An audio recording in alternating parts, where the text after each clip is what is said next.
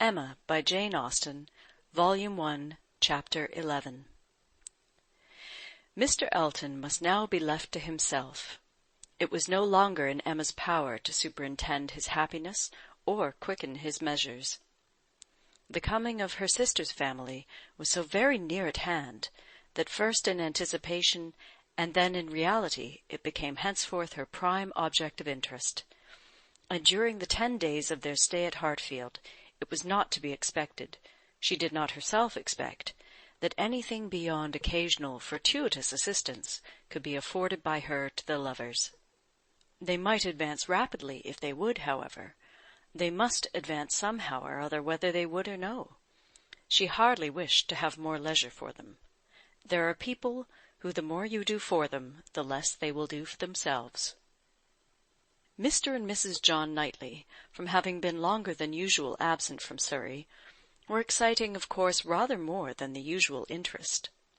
Till this year, every long vacation since their marriage had been divided between Hartfield and Donwell Abbey, but all the holidays of this autumn had been given to sea-bathing for the children, and it was therefore many months since they had been seen in a regular way by their Surrey connections, or seen at all by Mr. Woodhouse, who could not be induced to get so far as London, even for poor Isabella's sake, and who consequently was now most nervously and apprehensively happy in forestalling this too short visit.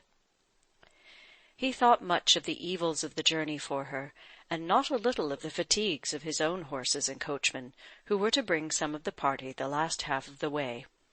But his alarms were needless, the 16 miles being happily accomplished, and Mr. and Mrs. John Knightley, their 5 children, and a competent number of nursery maids, all reaching Hartfield in safety. The bustle and joy of such an arrival, the many to be talked to, welcomed, encouraged, and variously dispersed and disposed of, produced a noise and confusion which his nerves could not have borne under any other cause, nor have endured much longer even for this. But the ways of Hartfield and the feelings of her father were so respected by Mrs. John Knightley, that in spite of maternal solicitude for the immediate enjoyment of her little ones, and for their having instantly all the liberty and attendance, all the eating and drinking, and sleeping and playing, which they could possibly wish for, without the smallest delay, the children were never allowed to be long a disturbance to him, either in themselves or in any restless attendance on them. Mrs. John Knightley was a pretty, elegant little woman, of gentle, quiet manners, and a disposition remarkably amiable and affectionate. Wrapped up in her family, a devoted wife, a doting mother, and so tenderly attached to her father and sister, that, but for these higher ties, a warmer love might have seemed impossible. She could never see a fault in any of them.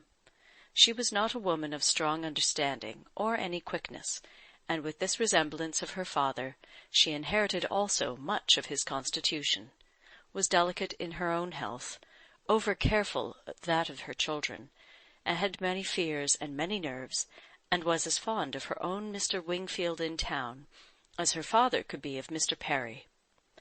They were alike, too, in a general benevolence of temper, and a strong habit of regard for every old acquaintance. Mr. John Knightley was a tall, gentlemanlike, and very clever man, rising in his profession, domestic, and respectable in his private character, but with reserved manners which prevented his being generally pleasing, and capable of being sometimes out of humour. He was not an ill-tempered man, not so often unreasonably cross as to deserve such a reproach, but his temper was not his great perfection, and indeed, with such a worshipping wife, it was hardly possible that any natural defects in it should not be increased. The extreme sweetness of her temper must hurt his. He had all the clearness and quickness of mind which she wanted, and he could sometimes act an ungracious or say a severe thing. He was not a great favourite with his fair sister-in-law. Nothing wrong in him escaped her. She was quick in feeling the little injuries to Isabella, which Isabella never felt herself. Perhaps she might have passed over more had his manners been flattering to Isabella's sister, but they were only those of a calmly kind brother and friend, without praise and without blindness, but hardly any degree of personal compliment could have made her regardless of that greatest fault of all in her eyes which he sometimes fell into, the want of respectful forbearance towards her father. There he had not always the patience that could have been wished. Mr. Woodhouse's peculiarities and fidgetiness were sometimes provoking him to a rational remonstrance or sharp retort, equally ill bestowed. It did not often happen, for Mr. John Knightley had really a great regard for his father-in-law, and generally a strong sense of what was due to him. But it was too often for Emma's charity, especially as there was all the pain of apprehension frequently to be endured, though the offence came not. The beginning, however, of every visit displayed none but the properest feelings, and this being of necessity so short, might be hoped to pass away in unsullied cordiality. They had not been long seated and composed, when Mr. Woodhouse, with a melancholy shake of the head and a sigh, called his daughter's attention to the sad change at Hartfield since she had been there last. "Ah, my dear," said he, "poor Miss Taylor! It is a grievous business." "Oh, yes, sir," cried she with ready sympathy. "How you must miss her! And dear Emma too. What a dreadful loss to you both! I have been so grieved for you.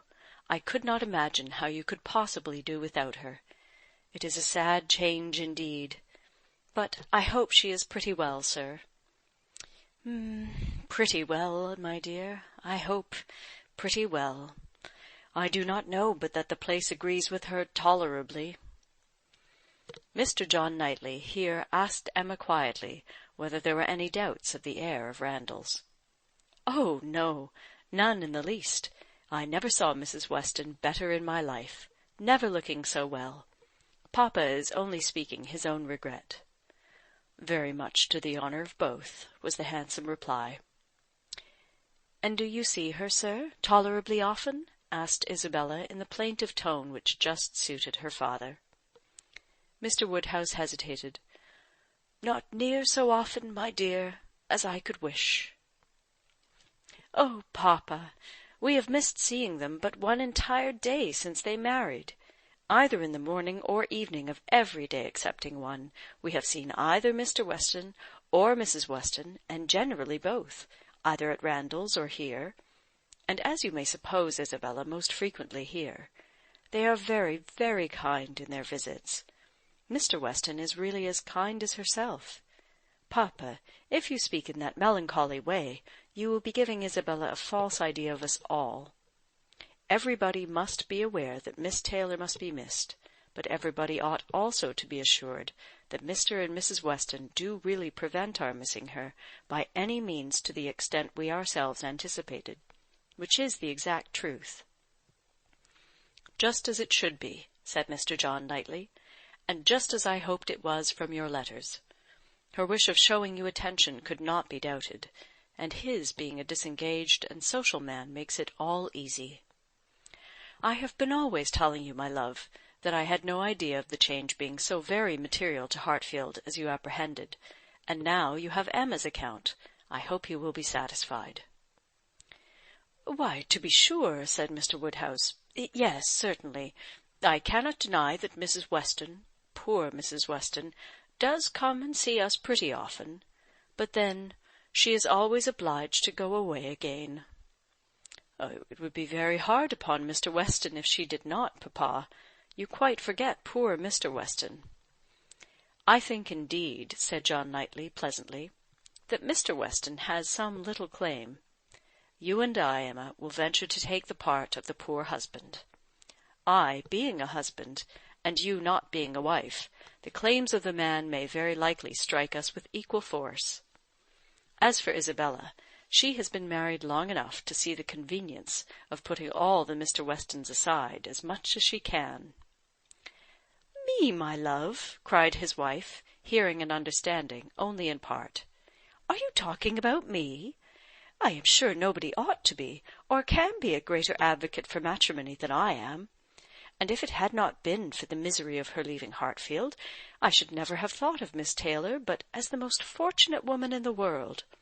And as to slighting Mr. Weston, that excellent Mr. Weston, I think there is nothing he does not deserve. I believe he is one of the very best-tempered men that ever existed. Excepting yourself and your brother, I do not know his equal for temper. I shall never forget his flying Henry's kite for him that very windy day last Easter, and ever since his particular kindness last September 12th in writing that note at 12 o'clock at night, on purpose to assure me that there was no scarlet fever at Cobham, I have been convinced there could not be a more feeling heart, nor a better man in existence. If anybody can deserve him, it must be Miss Taylor." "Where is the young man?" said John Knightley. "Has he been here on this occasion, or has he not?" "He has not been here yet," replied Emma. "There was a strong expectation of his coming soon after the marriage, but it ended in nothing, and I have not heard him mentioned lately." "But you should tell them of the letter, my dear," said her father. "He wrote a letter to poor Mrs. Weston, to congratulate her, and a very proper, handsome letter it was. She showed it to me. I thought it very well done of him indeed. Whether it was his own idea, you know, one cannot tell. He is but young, and his uncle, perhaps. My dear papa, he is 23. You forget how time passes." "Oh, 23! Is he indeed? Well, I could not have thought it. And he was but 2 years old when he lost his poor mother. Well, time does fly indeed, and my memory is very bad. However, it was an exceeding good, pretty letter, and gave Mr. and Mrs. Weston a great deal of pleasure. I remember it was written from Weymouth, and dated September 28th, and began, 'My dear Madam,' but I forget how it went on. And it was signed F.C. Weston Churchill. I remember that perfectly." "How very pleasing and proper of him!" cried the good-hearted Mrs. John Knightley. "I have no doubt of his being a most amiable young man. But how sad it is that he should not live at home with his father. There is something so shocking in a child's being taken away from his parents and natural home. I never could comprehend how Mr. Weston could part with him. To give up one's child! I really never could think well of anybody who proposed such a thing to anybody else." "Nobody ever did think well of the Churchills, I fancy," observed Mr. John Knightley coolly. "But you need not imagine Mr. Weston to have felt what you would feel in giving up Henry or John. Mr. Weston is rather an easy, cheerful-tempered man, than a man of strong feelings. He takes things as he finds them, and makes enjoyment of them somehow or other, depending, I suspect, much more upon what is called society for his comforts, that is, upon the power of eating and drinking, and playing whist with his neighbours 5 times a week, than upon family affection, or anything that home affords." Emma could not like what bordered on a reflection on Mr. Weston, and had half a mind to take it up, but she struggled and let it pass. She would keep the peace if possible, and there was something honourable and valuable in the strong domestic habits, the all-sufficiency of home to himself, whence resulted her brother's disposition to look down on the common rate of social intercourse, and those to whom it was important. It had a high claim to forbearance. End of Chapter 11. Recorded in Toronto, Ontario, by Moira Fogarty, March 2009.